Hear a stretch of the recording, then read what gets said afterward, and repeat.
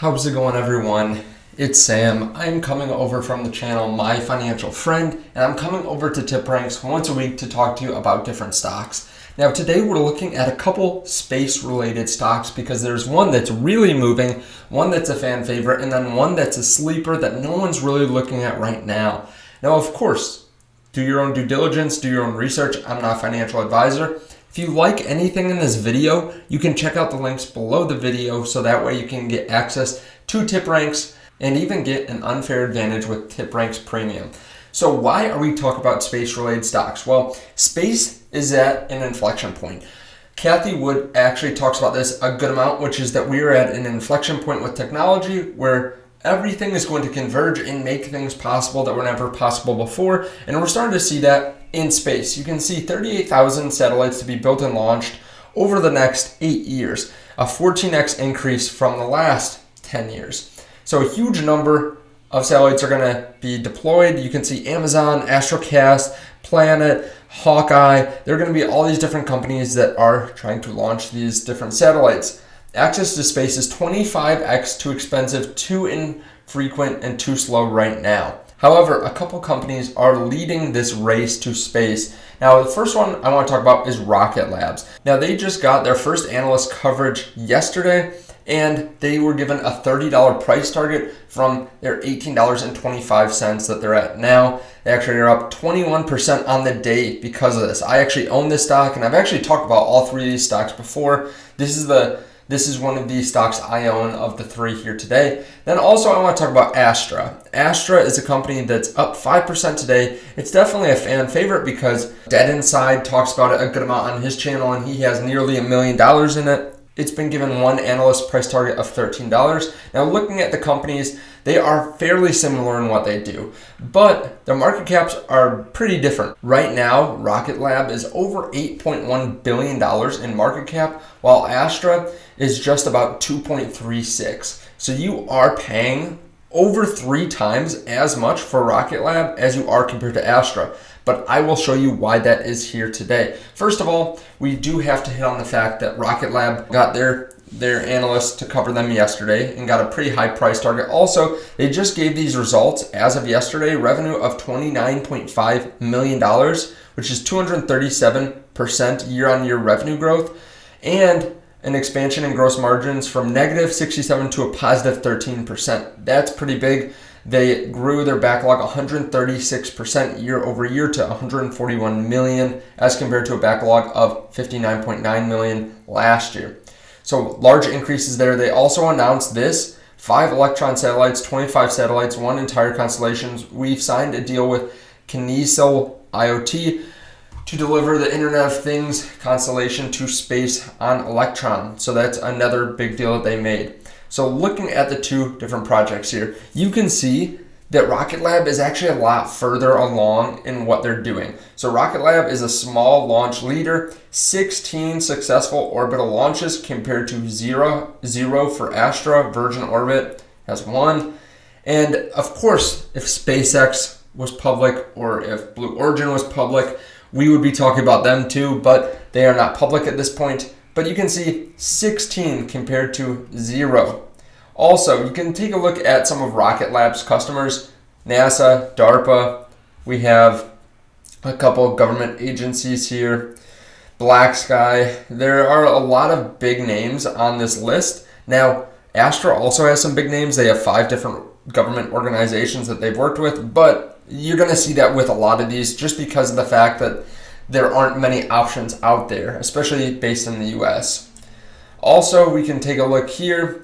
They have the world's only private FAA licensed orbital launch site, which is pretty impressive because it is hard to get everything together for the FAA. It is notoriously difficult to get FAA approval.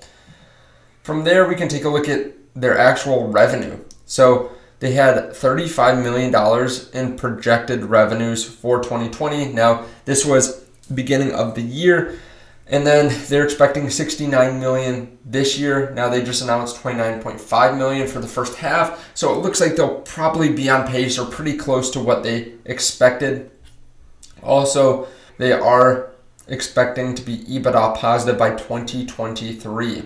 Comparing this to Astra, Astra, on their own investor presentation, of course, they're always going to say things that make them seem more bullish than the other competition. We see Astra is really talking about the time to achieve orbital launch capacity. They're saying, hey, we're younger, but we're doing much better. Rocket Lab, it took them 12 years.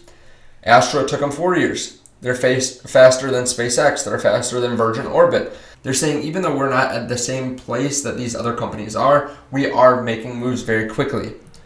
You can also see they have 10 customers with 50 plus launches in backlog, over 150 million in contracted revenue, and they were awarded NASA's Venture Class Launch Services contract for launch of NASA CubeSats. They do have 5 government customers, etc., etc. So, of course, you can always look, and it's going to seem very bullish on their own presentation. Number of launches for 2021 is expected to only be 3, and the total launch revenue is only supposed to be 4 million, as opposed to, again, 69 million for Rocket Lab. So when you look at a price to sales, Astra is actually much more expensive for this year, but they are growing probably faster over the coming years because they are kind of far behind right now. Now, one other company I want to talk about is Redwire, and then I'll give you my opinions on all these here in a second. Redwire is an interesting company because it's only $730 million, and they're already EBITDA positive. They're already EBITDA positive and are growing revenues. They already have about $119 million in revenue. Now, they have some big partners from NASA to Momentus to Firefly, and what's interesting about them is they do a lot in the space industry. So they don't just launch rockets, they build a lot of space-based products. Redwire develops, manufactures a wide array of space infrastructure solutions, and you can look through all of them here. But basically what they've done is they've acquired a lot of smaller companies and made them almost a conglomerate of these space tech companies, which is kind of another interesting play. Now, I like this one from the fact that there are going to be a lot of companies that need to build these different products, and unless they do them in-house, they're going to have to give them to someone. They're going to have to pay someone to build them, and this company is pretty cheap compared to some of the other options. So I actually do hold this one along with Rocket Labs. I do not hold Astra. Now, this company is really, really young. So they just went through their SPAC merger. They don't have any analyst coverage. They're still small.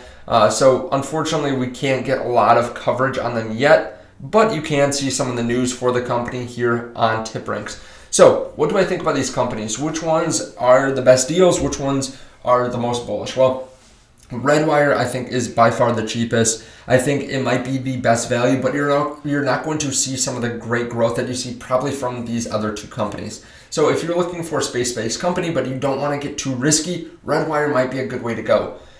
Otherwise, if you're looking for one of these companies, there are two different ways to think about it. And this is what I've said in the past because I did look at both of these right when they came out, right when they announced their partnerships and their SPAC mergers.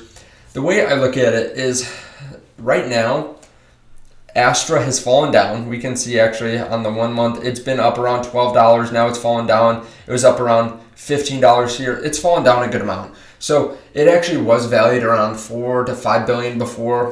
And Rocket Lab was actually around that same valuation because literally 5 days ago, this was a $10 stock. So we have to remember this was a $4 to $5 billion market cap. They have moved in opposite directions a little bit. Do I think Rocket Labs is a safer way to go? Definitely. I think that they are much further along, but they also aren't being valued as cheaply as Astra. So if you're looking for more significant gain and you're willing to take more risk, Astra might be the way to go. They actually did have a failed rocket launch recently. And then if you're looking for something where you're saying, hey, I think that the space industry is going to be huge. I just want a solid company in it, but I want some steady growth. I would go Rocket Lab. Now, of course, they're already being valued at $8.1 billion, actually more than that because the market cap is not updating, $8.44 billion.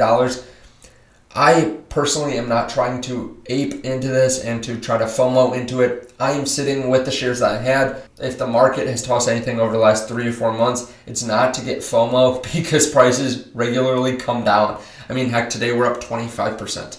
So could I see a drop? Yes, I could see a drop in the future. Now, of course, I want to hear your opinions on this down below. Thank you guys so much for watching. Thank you for hitting the like button. Also, if you guys want, you can check out the links down below to TipRanks. Thank you guys so much. I appreciate it, and I will see you in the next video. Bye.